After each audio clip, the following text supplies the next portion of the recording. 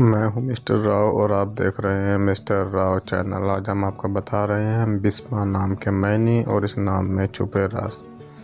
तो वीडियो शुरू करने से पहले अभी तक अगर आपने हमारे चैनल को सब्सक्राइब नहीं किया है तो कर लीजिए और बेल आइकन को ज़रूर प्रेस कीजिए ताकि हर आने वाले वीडियो का नोटिफिकेशन आपको मिल सके और वीडियो को लाइक ज़रूर करें। नाम है बिस्मा, BISMA, बिस्मा। बिस्मा के मायने हैं शाइस्तगी और शगुफ्तगी। और बिस्मा का मज़हब जो है वो है मुस्लिम। और बिस्मा के लिए लकी नंबर जो है वो है 8। लकी दिन है बिस्मा के लिए इतवार और मंगल। लकी रंग है बिस्मा के लिए सुर्ख, जंगनुमा, हल्का सब्ज। और लकी पत्थर है बिस्मा के लिए पखराज।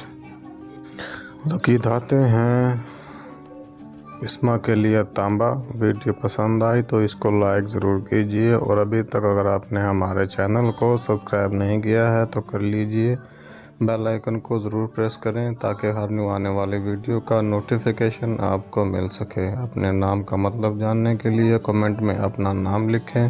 Thanks for watching. Subscribe my channel mister Rao.